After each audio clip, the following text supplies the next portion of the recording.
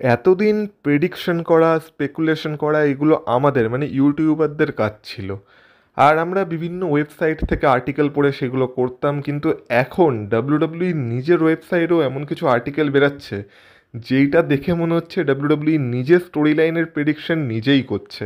তো কি হয়েছে বলবো এই ভিডিওতে, তো ভিডিওটা পুরোটা দেখো, স্কিপ করো না, কারণ তোমরা দেখছো Rachel entertainer.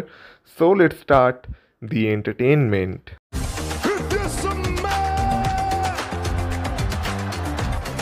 Acknowledge me. Acknowledge me. You there, sitting at home. Acknowledge me.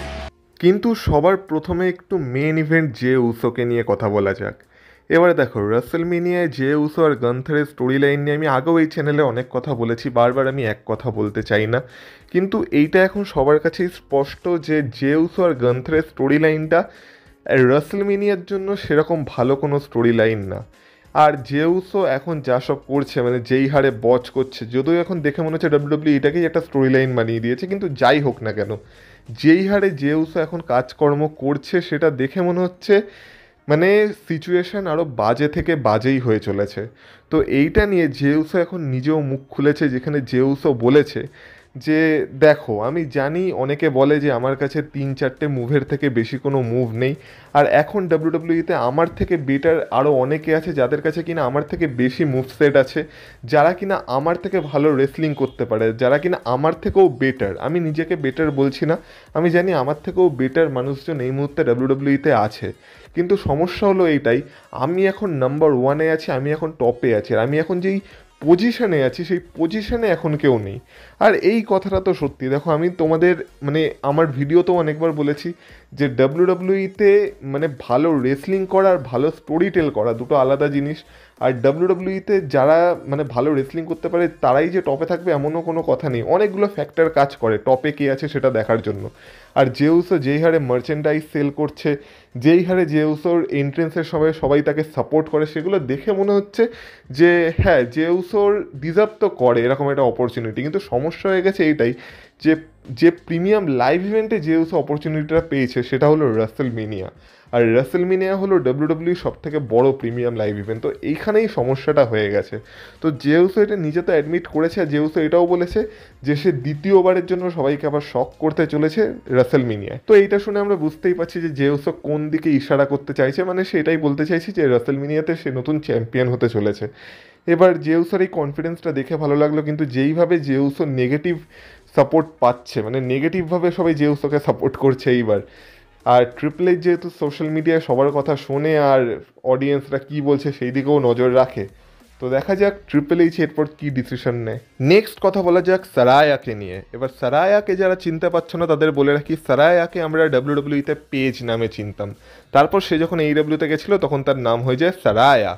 আর সারায়া এইডাব্লিউতে যাওয়ার পর থেকে ডাব্লিউডাব্লিউর এগেনস্টে অনেক কথা বলেছিল, কিন্তু রিসেন্টলি আমরা দেখছিলাম যে সারায়া ডাব্লিউডাব্লিউর তরফে অনেক কথা বলছিল। আর এখন জানা যাচ্ছে যে এইডাব্লিউ থেকে সারায়ার কন্ট্রাক্ট শেষ হয়ে গেছে, সারায়া এখন এইডাব্লিউ থেকে বেরিয়ে গেছে, মানে ফর্মালি আমরা পেজ নামে যাকে চিনতাম সে আর এইডাব্লিউর সাথে নেই। তো এখন অনেকে স্পেকুলেশন লাগাচ্ছে যে এখন যেহেতু সে এইডাব্লিউর সাথে নেই, এখন হয়তো সে আবার ডাব্লিউডাব্লিউতে ফিরে আসতে পারে। আর এমনিও পেজ একটা ডাব্লিউডাব্লিউ লেজেন্ডের মধ্যেই পড়ে, আর পেজের তো মানে কি বলবো, ডাব্লিউডাব্লিউর সাথে তো মানে সম্পর্ক ছিন্ন হয়েছিল এই কারণে, কারণ তার একটা ইঞ্জুরি ছিল, যে ইঞ্জুরির কারণে তাকে না চাইতেও রিটায়ারমেন্ট নিতে হয়েছিল। আর তারপর সে নিজেকে এইডাব্লিউতে ট্রাই করে, আর এখন সে মেডিকেলি পুরোপুরি ক্লিয়ার আছে। তো যদি ডাব্লিউডাব্লিউ তাকে এবার সাইন করতে চায়, এক তো নস্টালজিয়া ফ্যাক্টর সে নিয়ে আসবে, কারণ তার অনেক পুরনো ফ্যান আছে যখন সে আর কি ডাব্লিউডাব্লিউতে কাজ করতো। তাছাড়া এখন যেহেতু সে মেডিকেলি ক্লিয়ারও, তো তার রেসলিং করতেও কোনো বাধা নেই। তো যদি ডাব্লিউডাব্লিউ চায় পেজকে নিয়ে আসতে পারে, এবার দেখা যাক নিয়ে আসে কিনা, কারণ এখন তো রিউমার অনেকেরই আসছে, কারণ এখনও মানে কি বলবো, ওই দিক থেকে রে ফিনিক্সের আসা বাকি, অ্যালিস্টার ব্ল্যাকের আসা বাকি, খবর তো এরকমও আছে যেটা আমি তোমাদের বলেছিলাম যে রুসেভও খুব তাড়াতাড়ি ডাব্লিউডাব্লিউতে আসতে চলেছে এই বছরের শেষের দিকে বা সামার স্ল্যামের আশেপাশে। তো পেজকেও যদি ডাব্লিউডাব্লিউ আনতে চায় আনতেই পারে, যদি ওমেন্স ডিভিশনে একটা নতুন আর কি অ্যাডিশন করতে চায় একটা লেজেন্ড হিসেবে। এখনও তো নিকি বেলার আসার কথাও আছে, নিকি বেলারও এখনও কোনো খোঁজ খবর নেই। তখন অনেক কিছু মানে দেখার বিষয় আছে, এবার ডাব্লিউডাব্লিউ আনতে চায় কিনা পুরোপুরি ডাব্লিউডাব্লিউর হাতে, কিন্তু হ্যাঁ এলে কারো কোনো অসুবিধা থাকার তো কোনো কথা না। নেক্সট কথা বলা যাক অ্যালেক্সা ব্লিস আর আঙ্কেল হাউডির সিচুয়েশনকে নিয়ে। এবার দেখো, অ্যালেক্সা ব্লিসকে লাস্ট আমরা কম্পিট করতে দেখেছিলাম এলিমিনেশন চেম্বারে, আর তারপর থেকে রিউমার এরকম আসছিল যে এরপর অ্যালেক্সা ব্লিসকে আঙ্কেল হাউডির সাথে আর কি মানে রিউনিয়ন করানো হবে আর তারপর তাদের স্টোরি লাইনটা রেসলমেনিয়ার জন্য এগাবে। কিন্তু এই মুহূর্তে আমরা না তো অ্যালেক্সা ব্লিসকে দেখতে পাচ্ছি, না তো আঙ্কেল হাউডির কোনো রকম কোনো চিহ্ন দেখতে পাচ্ছি, যেটা একসময় কিনা টিজ করা হচ্ছিল। তো এখন এটাই মনে করা হচ্ছে যে অ্যালেক্সা ব্লিস আর আঙ্কেল হাউডির যা প্ল্যান ছিল রেসলমেনিয়ার জন্য সেটাকে পুরোপুরি স্ক্র্যাপ করে দেওয়া হয়েছে। মানে এখন আপাতত রেসলমেনিয়ার জন্য অ্যালেক্সা ব্লিস বা আঙ্কেল হাউডি বা হোয়াইট সিক্সের কোনো রকম কোনো প্ল্যান নেই। আর দেখে মনে হচ্ছে ওই যে বোর্ড অ্যালাসের যে ইঞ্জুরিটা হয়েছিল সেটার জন্যই এটা হয়েছে, সে এখন হয়তো পুরোপুরি রিকভার করতে পারেনি। আর যে স্টোরি লাইনটাকে রেসলমেনিয়ায় কল্পনা করা হচ্ছিল সেটা মেবি রেসলমেনিয়ার পরেই আমরা শুরু হতে দেখতে পাবো।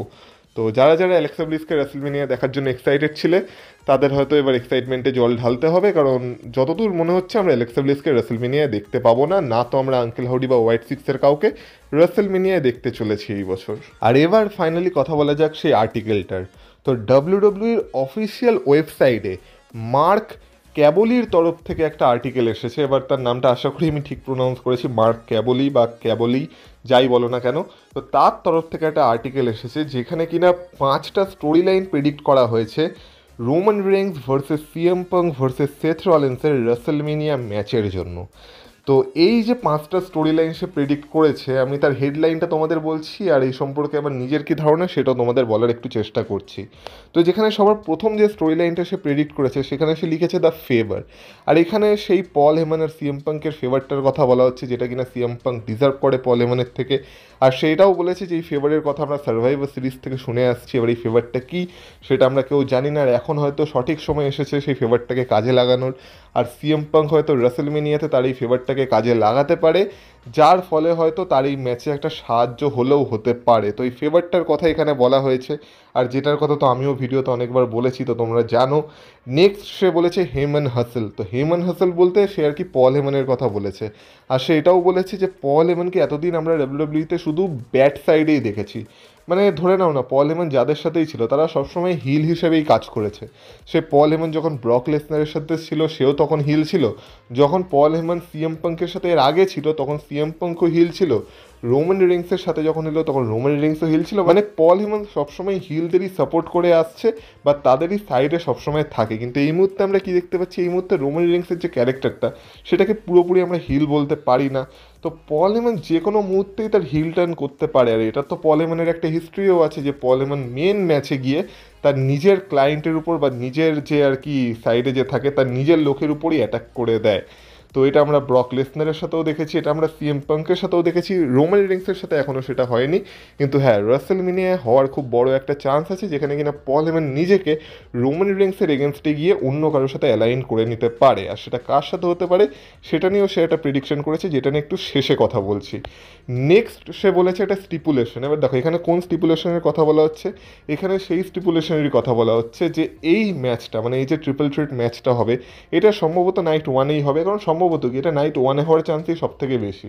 তো সেই কথাই বলেছে যে এই ম্যাচটা শুধুমাত্র একটা নর্মাল ম্যাচ না রেখে, মানে একে তো এটা একটা ট্রিপল থ্রেট ম্যাচ, আর ট্রিপল থ্রেট ম্যাচে কোনো রকম কোনো ডিসকোয়ালিফিকেশন হয় না, যেটাই কিনা পল হেমানও সাহায্য পেতে পারে। যেমন বললাম যে পল হেমান যদি কারোর উপর টার্ন করতে চায়, কারোর উপর অ্যাটাক করতে চায়, সে করতেই পারে, এতে ম্যাচ কোনো রকমভাবে কোনো শেষ হবে না, কারণ triple threat match no disqualification match একটা। তো এই ম্যাচে একটা স্টিপুলেশন থাকা দরকার যে এই ম্যাচে যে জিতবে সে ফিউচারে একটা চ্যাম্পিয়নশিপের অপরচুনিটি পেতে পারে। তার কারণ হচ্ছে আমরা সিএম পাঙ্ককে বারবার বলতে শুনছি যে সিএম পাঙ্ক বলছে আমি রেসলমেনিয়া একটা ম্যাচ তো পেয়ে গেছি, কিন্তু আমি যেটা চেয়েছি আমি সেটা এখনও পাইনি। এবার সে কী চাওয়ার কথা বলছে সেটা আমরা সবাই জানি, সে একটা চ্যাম্পিয়নশিপেরই কথা বলছে। এবার এইখানে তো সে ওয়ার্ল্ড হেভিওয়েট চ্যাম্পিয়নশিপ আর আনডিসপিউটেড চ্যাম্পিয়নশিপ দুটোর কথাই বলেছে, যে এই ম্যাচে যে জিতবে সে হয়তো ওয়ার্ল্ড হেভিওয়েট চ্যাম্পিয়নশিপ ম্যাচেও অ্যাড হয়ে যেতে পারে, আবার ওই দিক থেকে আনডিসপিউটেড চ্যাম্পিয়নশিপ ম্যাচেও অ্যাড হয়ে যেতে পারে। মানে যাই হোক না কেন এই ম্যাচে যে জিতবে সেই ফিউচারে একটা চ্যাম্পিয়নশিপ অপরচুনিটি পাবে, এরকম একটা স্টিপুলেশন এই ম্যাচে থাকা দরকার। তো এই স্টিপুলেশনের কথা বলা হয়েছে। নেক্সট বলা হয়েছে দ্য রিয়েল হিট। এবার দেখো এইটা তো আর কারোর মধ্যে কিছু লুকিয়ে নেই যে সেথ রলিন্স, সিএম পাঙ্ক আর রোমান রিংস, এদের তিনজনের মধ্যে আমরা শুধু স্টোরি লাইনেই যে কনফ্রন্টেশন দেখতে পাচ্ছি তা না, এদের তিনজনের মধ্যে রিয়েল হিটও আছে।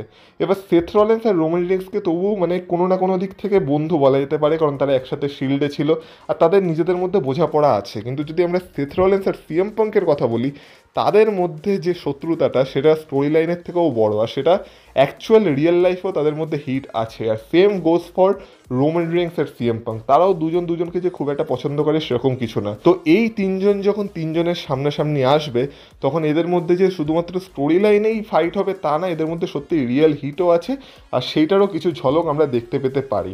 তো এই যে রিয়েল হিটটা সেটাও এই ম্যাচের মাধ্যমে ফুটে উঠবে, সেটাই সে বলার আর কি চেষ্টা করছে।